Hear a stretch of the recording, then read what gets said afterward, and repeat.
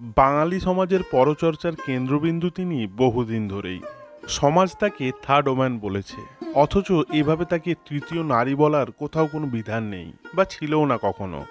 কিন্তু আমাদের সমাজের অলিখিত নিয়মে কোনো বৈবাহিক সম্পর্কে নারী প্রবেশ করা মানেই সমাজের চোখে সব দোষের ভাগী সেই তৃতীয় নারীটি। বাঙালির পরচর্চার তেমনই এক নারী চরিত্র সুপ্রিয়া দেবী। আপনারা শুনছেন ওল্ড গপ্প। আজ ওল্ড গপ্পে থাকছে সুপ্রিয়া দেবীর জীবনের কিছু অজানা কথা। ভিডিওটি শেষ পর্যন্ত দেখার অনুরোধ রইল। বহু আলোচিত উত্তম কুমারের সঙ্গিনী সুপ্রিয়া দেবী। যদিও সুপ্রিয়াকে দ্বিতীয় স্ত্রীর মর্যাদা দিয়েছিলেন উত্তম কুমার, বড়গিন্নি তথা প্রথম স্ত্রী গৌরী দেবীর সঙ্গে ডিভোর্স হয়নি কখনো উত্তম কুমারের। তবে সুপ্রিয়া দেবীর প্রথম স্বামীর খোঁজ কজন রেখেছেন? সুপ্রিয়ার প্রথম স্বামীর নাম ছিল বিশ্বনাথ চৌধুরী। দিল্লিতে ইংরেজি দৈনিকে কাজ করতেন। তিনি সিনেমার দুনিয়া থেকে দূরের মানুষ ছিলেন, কিন্তু সুপ্রিয়ার স্বপ্ন ছিল সিনেমার নায়িকা হওয়ার।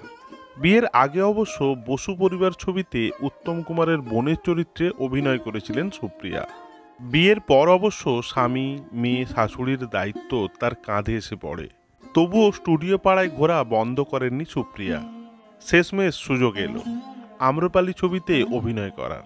এই ছবিতে অভিনয় করে ছড়িয়ে যায় সুপ্রিয়া চৌধুরীর নাম। তারপরেই তার বাড়িতে এসে হাজির হন স্বপ্নের নায়ক উত্তম কুমার। পরপর 3টি ছবিতে উত্তম সুপ্রিয়াকে চুক্তিবদ্ধ করেন, যেন ঠিক হাতে চাঁদ পান সুপ্রিয়া দেবী। এক লহমায় হয়ে যান প্রথম সারির নায়িকা। সুচিত্রা, সাবিত্রীর জায়গা নিতে চলে আসেন সুপ্রিয়া।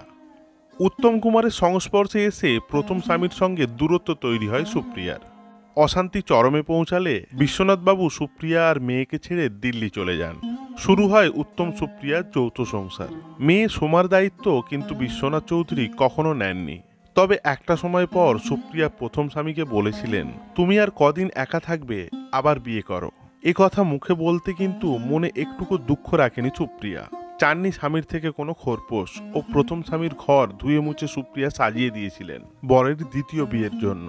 এখানেই সুপ্রিয়া দেবী সময়ের থেকে অনেকটাই এগিয়ে থাকা এক মহিলা ছিলেন। তাই নিজে দাঁড়িয়ে থেকে প্রথম স্বামী বিশ্বনাথ চৌধুরীর দ্বিতীয় বিয়ে দেন। ততদিনে চৌধুরী পদবী নিজের নাম থেকে ঝেড়ে ফেলেছেন সুপ্রিয়া। উত্তম কুমারের পদবী চট্টোপাধ্যায়, সেটাই লিখতেন সুপ্রিয়া। যদিও আইনত স্ত্রীর সম্মান সুপ্রিয়া পাননি কখনো। আশ্চর্য ব্যাপার, উত্তম কুমার মারা যাওয়ার পর বিশ্বনাথ চৌধুরী দ্বিতীয় স্ত্রীকে নিয়ে সুপ্রিয়ার সংসারে এসেছিলেন, থেকেও ছিলেন। এমন উদারতা আজও ভাবতে পারে না সাধারণ মানুষ। আজকের ভিডিও এই পর্যন্তই।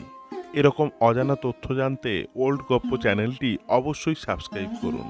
ধন্যবাদ।